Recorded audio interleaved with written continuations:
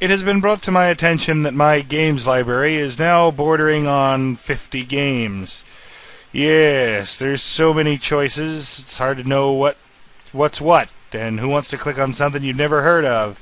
And I play a lot of old guy stuff. Anyway, so yeah, well, what are these? Well, how about we take a look at some of them? Yeah, let's do that.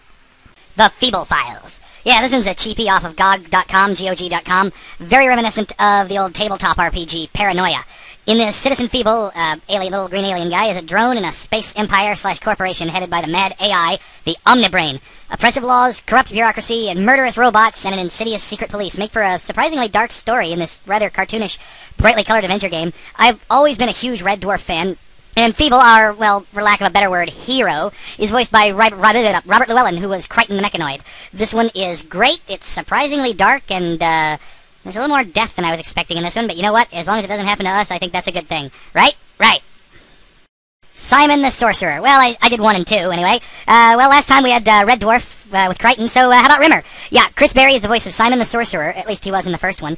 Simon, kind of snarky kid from England, kind of sucked into a fantasy magical world against his will, that parodies everything from fairy tales to Narnia, with great writing, awesome voice acting, and a cast of characters that are iconic to the fandom that this series has got. Bit of a niche market, but there were 5 games, so I'm not sure how many of them work nowadays anymore, but I know the first 3 are up on GOG.com, though, yeah, the less said about the third one, the better, yeah.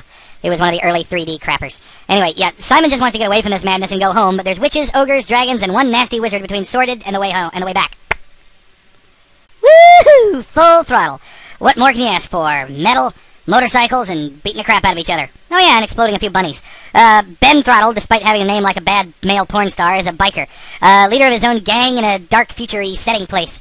He's framed for murder of a prominent tycoon by a shifty subordinate voiced by Mark Hamill. Yeah, that guy who played that, Luke something in some movie somewhere. Anyway, this game has great music, fun tone, and above all, card games on motorcycles! And by card games, I mean fighting. A lot of big names in the biz worked on this. Roy Conrad, Maurice LaMarche, Hamilton Camp, Jay Bloom. Any of those sound familiar? Yeah, it's a great game, totally worth checking out. The Bizarre Adventures of Woodruff and the Schnibble. Schnibble! Yeah, fun to say. We come from France. Well, this game did anyway. The same people who made Goblins, a series of puzzle games with the same art style. It's bizarre as any what-the-heck anime you could mention. Well, almost any, there's no tentacles. And it's got some original social parody and commentary. The story can be a bit hard to follow, but basically humanity are still jerks even in the future. Nuclear war drove humanity underground where they overthrew and enslaved the native mutants. Society is oppressive, degenerate, and cruel, and the only message of hope comes from the prophecy of the coming of the Schnibble, which will bring peace and better life for all. No one knows who or what it is, but it sure is fun to say. Schnibble! Schnibble! Schnibble! Schnibble! Schnibble! Day of the Tentacle! No, it's not hentai, you pervert. Jeez. Oh, man, I love this game. Maniac Mansion 2.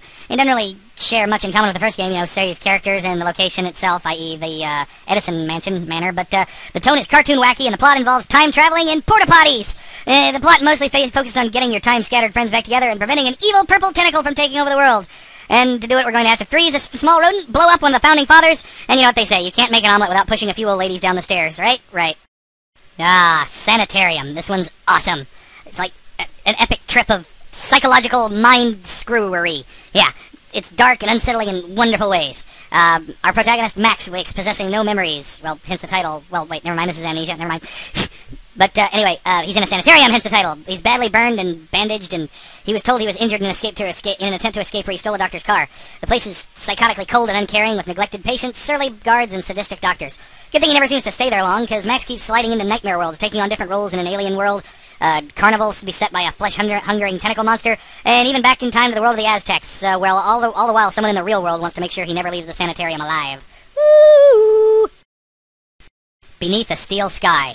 Classic. Epic. And free. You can't really beat free, you can get a number of places, but the creators decided some time back to release this game as pretty much open freeware. Wanna give it a try? You get your own robot. Seems like the future is never really a happy place, is it? Oh no, it's always totalitarian governments and big brother police forces. And occasionally Bender, so at least we have some things to look forward to in some futures. Our hero, Foster, named after an old beer can, has his adoptive family blown to smithereens and kidnapped for reasons unknown, taken to a sealed city where the rich hold all the power and those without suffer without hope. Great game. Ending would be better if Foster wasn't dumb as a bucket of pudding, but you can't have everything. Right? Right. Oh yeah. Next up is The Dig, another old classic. Sci-fi, adventure, and drama. Main character is voiced by Robert Patrick, the T-1000 liquid metal guy from T2. Plays Boston Low, astronaut, hero, and what a guy.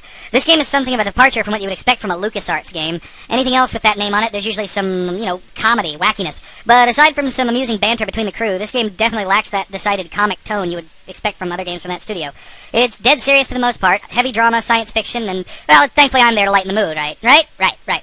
But it's just because it's not goofy doesn't mean it's not a great game, so give it a look or find it and play it yourself. I recommend that too. $5 off Steam, and you can't beat that with a whole sack of hitty things. Yay!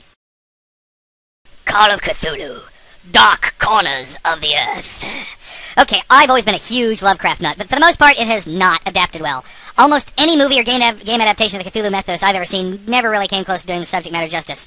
Even if one prime example was awesome when I was a kid, even if it didn't even come close to actually sticking to the, canon. Yeah, that one right there. Ooh. Anywho, this game does it, and it does it damned well. Dark Corners of the Earth thrusts you into a hostile, xenophobic backwater town where pretty much everyone's overly hostile, and it just gets worse from there, to the point where a mob is chasing you through the streets out for your blood. You can't even fight back for the first third or more of the game, so even when you do get armed, ammo is scarce and precious. It's survival horror with unspeakable things from beyond space and time, and me utterly killing the tone with my wisecracks. I'm sorry, Mr. Lovecraft, I didn't mean any harm! Ghostmaster. Whee! I don't know why, but this, I think, is my favorite playthrough. Not necessarily my favorite game, I just really had a hell of a lot of fun with this one.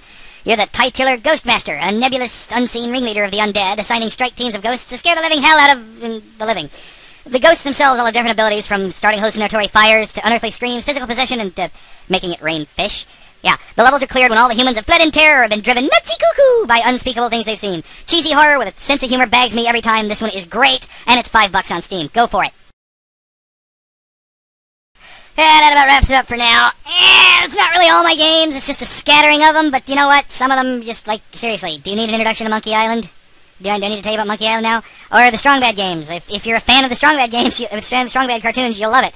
If not, you can watch it and you'll probably laugh, but, I just don't know if you'd consider them to be, there's kind of inside jokes and whatnot. So anyway, maybe I'll do a second video detailing the rest, I don't know, but for right now, this is just an experiment. Thank you all for being patient and watching this nonsense. Bye-bye!